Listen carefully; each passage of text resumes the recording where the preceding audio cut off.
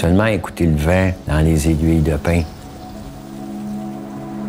Voir le soleil qui se reflète sur les eaux cristallines du lac Charlevoix.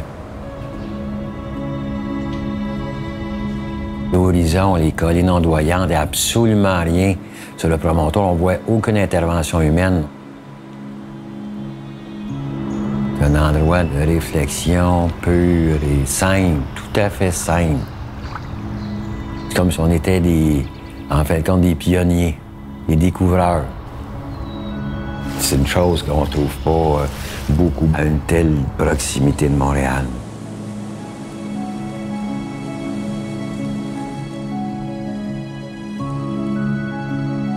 Voyant le désastre, le désert dans d'autres parties de la Colombie-Britannique, puis ici aussi, ben là, j'ai dit non, moi, si j'accueille la forêt, ça va être pour la protéger, puis non pas avoir une vision anthropocentrique, mais une vision écocentrique.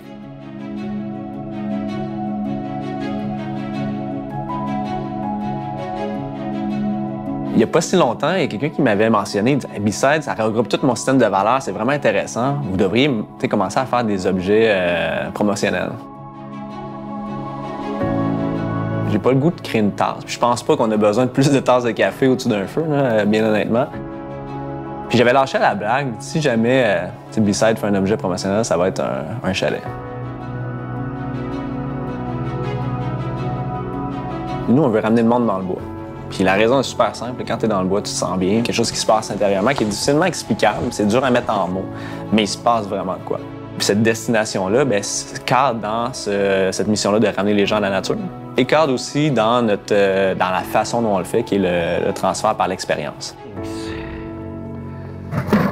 Ma vision, à laquelle j'ai tellement imprégné de sueur sur les écorces d'arbres, mais cette vision-là, il va y avoir une continuité dans ça.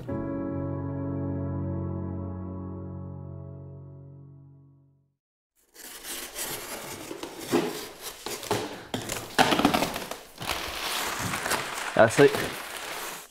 Watada!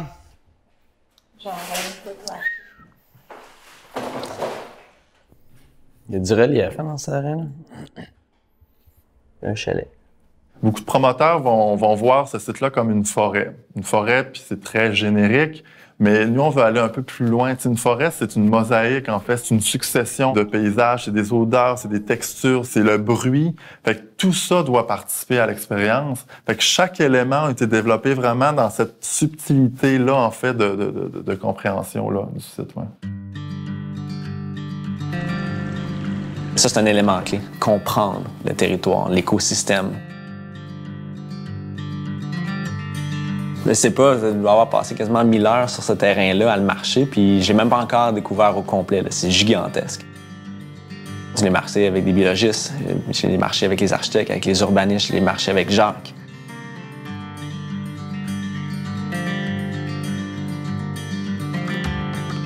On a mangé sur un bateau au plein milieu du lac, là. Puis on se disait, faut pas qu'il y ait de chalet autour de ce lac-là. Parce que ce qui est beau du moment, c'est que justement, on n'est pas sur un bateau qui vient juste d'arriver d'un chalet. Puis, tu sais, c'est une autre expérience d'arriver là puis de dire, je prends un bateau, je m'en vais luncher sur un lac, là, tu sais.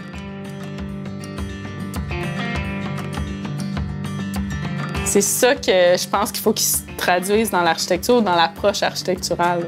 Donc, il n'y a aucun chalet qui va être construit autour des lacs. Il n'y a pas de chalet qui vont être construits sur les flancs de montagne. Puis la forêt ancienne qui n'a jamais été coupée, avec des pins énormes, c'est vraiment magnifique. On ne développera pas là non plus. On a déterminé donc à peu près 75 unités au total sur 3 phases.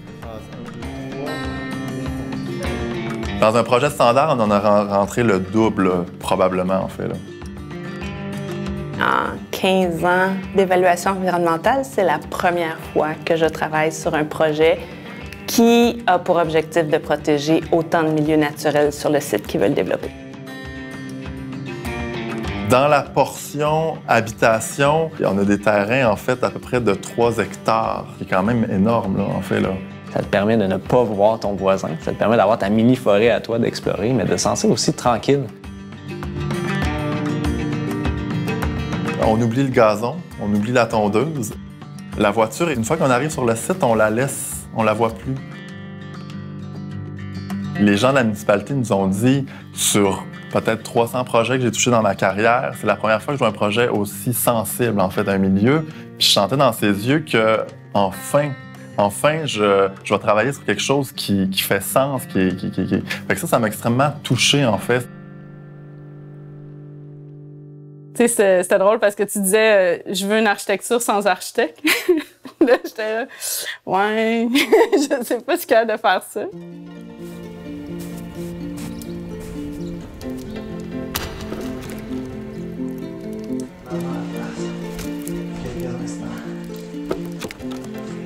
C'est sûr qu'on s'inscrit dans une certaine nordicité aussi. Pour nous, aller en nature, c'est pas aller dans un chalet dans des Alpes, là. C'est pas ça. C'est comme on n'a pas ça. Puis, tu sais, il y a un côté où il faut être un petit peu fait tough pour accéder à la nature. Depuis le début, on fait le parallèle entre, l'architecture plus contemporaine puis une architecture plus de chaque, on pourrait dire. Puis c'est un peu une valse entre les deux. L'objectif, c'était vraiment de repartir de c'est quoi l'architecture au Québec. Donc, l'architecture vernaculaire. L'architecture vernaculaire, c'est l'architecture qui est existante, qui n'a pas été nécessairement réfléchie, qui a répondu au climat, qui a été faite à travers le temps, que, dans le fond, qui répond à la neige, aux contraintes de vent. L'implantation était pensée d'une certaine orientation. C'est ça qui donne l'espèce de petit je ne sais quoi qui fait qu'on se sent déjà bien, qu'on se sent accueilli dans ces espaces-là. Puis là, pour B-Side, on veut cet effet-là. Des grandes fenêtres qui ont un rapport intérieur-extérieur, qui vont permettre d'avoir plus de lumière, réfléchir aussi au foyer, comment on se retrouve devant le foyer. Nous, on essaie vraiment d'amener les gens à concevoir mieux, plus petit. Puis, tu sais, quand on pense à des Westphalia, par exemple, tu sais, c'est tellement bien pensé dans tous les détails, mais c'est ça qu'on essaie d'amener dans notre architecture. Mais c'est toujours aussi dans l'idée de réunir les gens.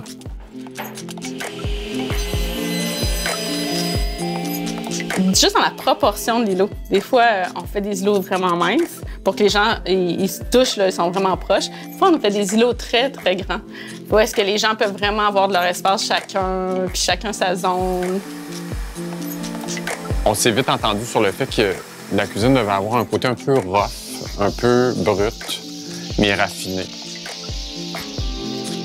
Je pense que ce qu'on veut retenir du moment qu'on a eu à cet endroit-là, c'est le moment qu'on a eu avec les autres puis le moment qu'on a eu avec la nature.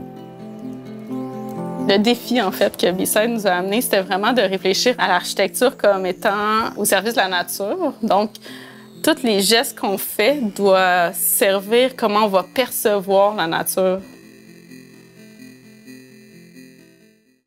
La destination B-Side, c'est un lieu où on crée un cadre accessible, sain, qui est beau, qui est invitant, où on va mettre en relation des experts et des gens qui veulent l'apprendre. Sur place, mis à part les habitations, tu vas avoir l'expérience terrain. Donc, qu'est-ce qu'il va y avoir sur le terrain autre que les habitations? Il va y avoir le longhouse, vraiment un endroit où les gens vont pouvoir se regrouper. Il va y avoir une grande cuisine.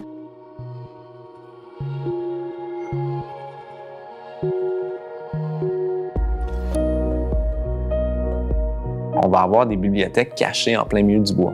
C'est très simple comme concept. Mais de dire, je vais marcher, puis au lieu qu'au bout du sentier, il doit avoir un promontoire avec une vue imprenable, ben non, au bout du sentier, il va peut-être avoir simplement une bibliothèque, tout vitré, un petit poêle à bois, plein de livres à l'intérieur. Puis ça va être ça, l'expérience. La musique va être présente à l'intérieur de ça, autant en termes d'enregistrement studio que des performances comme les canaux-concerts sur l'eau. On va pouvoir faire des ateliers. Il va y avoir un atelier aussi, un atelier avec des outils.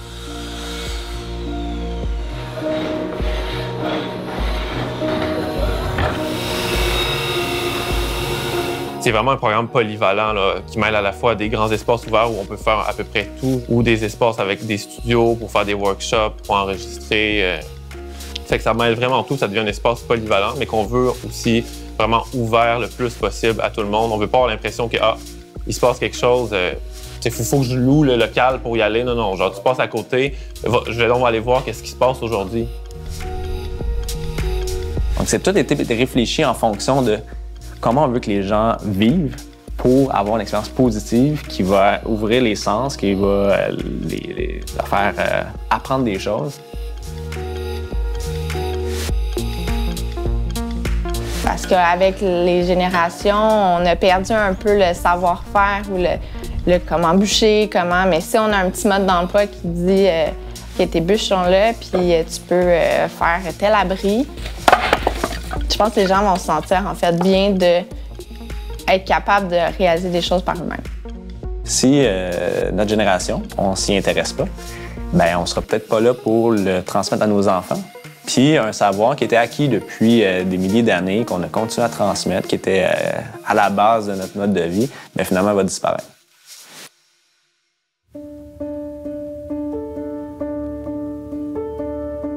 Les principaux concernés sont des gens qui en ce moment se questionnent sur leur mode de vie. Certainement des urbains, des gens qui travaillent dans le milieu de la création, des gens qui travaillent dans le milieu de la technologie.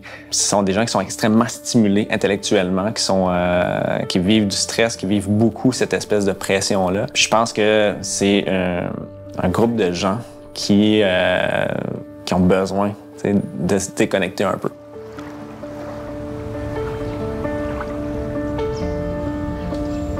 Puis ça s'adresse aussi aux familles qui veulent passer du temps ensemble.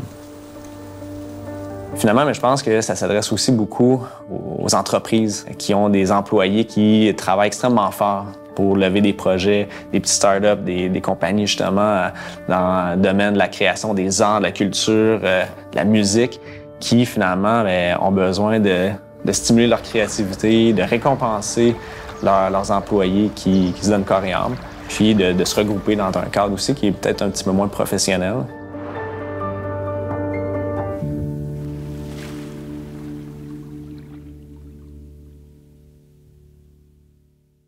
Je pense que de passer du temps en nature, c'est comme un reminder que ça fait du bien de prendre du temps.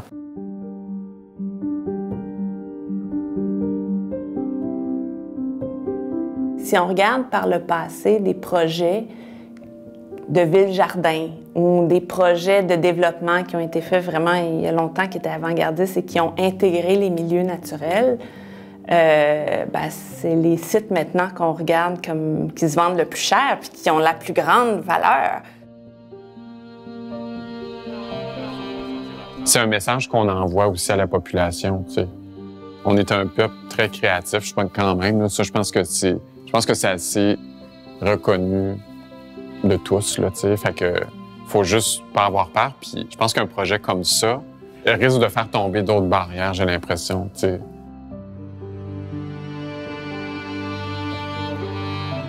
Donc, c'est certain que c'est un projet qui va prendre une immense valeur. Je pense que si on se réveille dans quelques années, puis il y a des gens qui commencent à faire pareil, ça va être un signe de succès. J'ai foi en mon Québec où j'ai été vraiment découragé. Et puis là, j'oserais dire que j'ai une certaine foi qui revient et que vous m'envoyez très, très charmé de ça. C'est grâce à votre génération.